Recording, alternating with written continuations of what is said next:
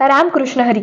मी तनिष्का शिंदे तुम्हा सर्वांचं आपल्या आपुलकी विचारांची आपल्या YouTube चॅनलमध्ये स्वागत करते. मित्रांनो, तुमच्या वाचनात किंवा ऐकण्यात बऱ्याचदा ही वाक्य आली असतील. राग खूप वाईट असतो, राग माणसाचा शत्रू आहे, रागाला नियंत्रणाखाली ठेवता आलं पाहिजे, राग माणसाचा नाश करतो. अशी अनेक सारी वाक्य तुमच्या वाचनात आली असतील किंवा ऐकण्यात आली असतील. बरोबर आहे ना? राग वाईटच आहे, याबद्दल माझं सुद्धा दुसरं कोणतं मत नाहीये. राग हा वाईटच आहे, पण मला असं वाटतं राग जरी वाईट असला ना तरी तो आला पाहिजे आणि योग्य त्या ठिकाणी तो व्यक्त केला पाहिजे आणि योग्य पद्धतीने व्यक्त केला पाहिजे. राग येण्याची खूप सारी कारण आहेत. बघा, जर कोणी आपल्याला बोललं तरी सुद्धा आपल्याला राग येतो. मागच्या व्हिडिओमध्ये मी एक प्रश्न केला होता की राग माणसाला केव्हा येतो किंवा सर्वात जास्त राग माणसाला केव्हा येतो.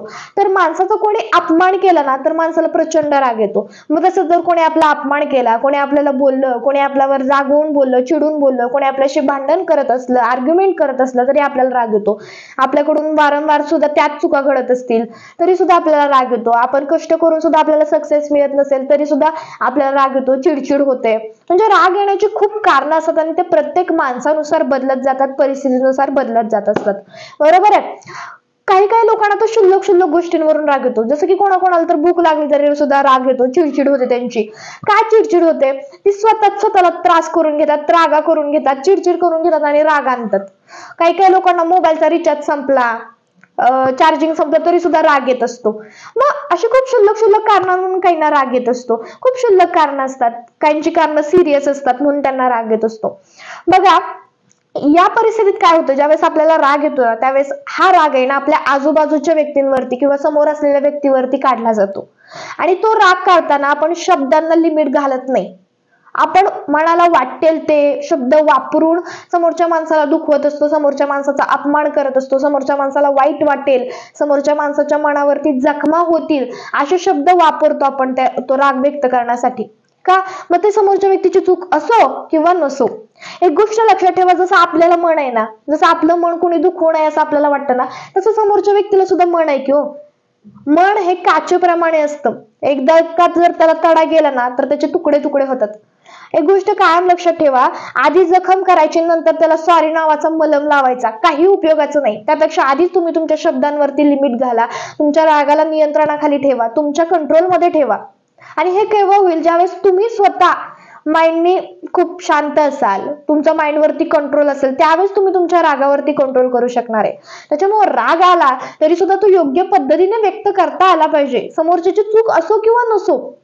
खूप नॅचरल आहे, राग येणं खूप नॅचरल आहे, खूप नॅचरल रिॲक्शन आहे. पण तो व्यक्त करण्याची पण खूप साधी पद्धत असू शकते ना. का खूप टोकाचं जाऊन बोलणं म्हणजेच राग व्यक्त होतो का? नाही, कधीतरी शांत समजावून सुद्धा राग व्यक्त करता येऊ शकतो की. एक गोष्ट लक्षात ठेवा, राग जरी वाईट असला ना तरी त्यातून चांगलं काहीतरी शोधण्याचा प्रयत्न करा. म्हणजे माझा एक फंडा आहे की कितीही वाईट गोष्ट असू द्या, वाईटातल्या वाईट गोष्टीतून सुद्धा चांगलं शोधण्याचा प्रयत्न करा.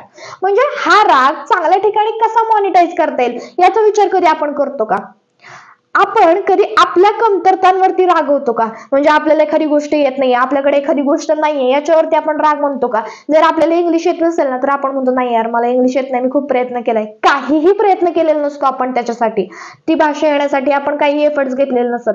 पण मग आपल्याला त्याचा राग येत नाही का? का यायला पाहिजे ना आपल्याला राग, की नाही तुला ती गोष्ट येत नाही. आपला इगो तिथं हर्ट नाही होत. आपला इगो कुठे हर्ट होतो? ज्या वेळेस कोण आपल्याला काहीतरी बोलतं. नाही, राग येणं तर साहजिकच आहे त्या मुवमेंटला, पण या ठिकाणी पण राग आणा ना की जर आपल्याला एखादी गोष्ट येत नाहीये, आपल्याला एखादी गोष्ट नाहीये आपल्याकडे, तर ती गोष्ट का नाहीये याचा राग आणा. ती गोष्ट मिळवण्यासाठी, ती गोष्ट जमवण्यासाठी प्रयत्न करा. वाईटातून पण काहीतरी चांगलं शोधायचा प्रयत्न करा. तो राग योग्य ठिकाणी मॉनिटाईज करायला शिका, योग्य ठिकाणी अप्लाय करायला शिका. आपलीच पर्सनॅलिटी डेव्हलप होणार आहे. त्याच्यामुळं रागावरती कंट्रोल ठेवा.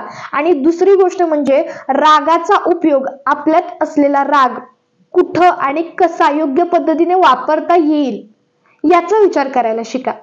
तर मित्रांनो, हा होता आपला आजचा व्हिडिओ. आवडल्यास लाईक करा, चॅनलला सबस्क्राईब करायला विसरू नका. त्याचबरोबर व्हिडिओ कसा वाटला हे कमेंट करून सांगायला विसरू नका. Thank you for watching my video. Stay tune for the next video. Ramkrishna Hari.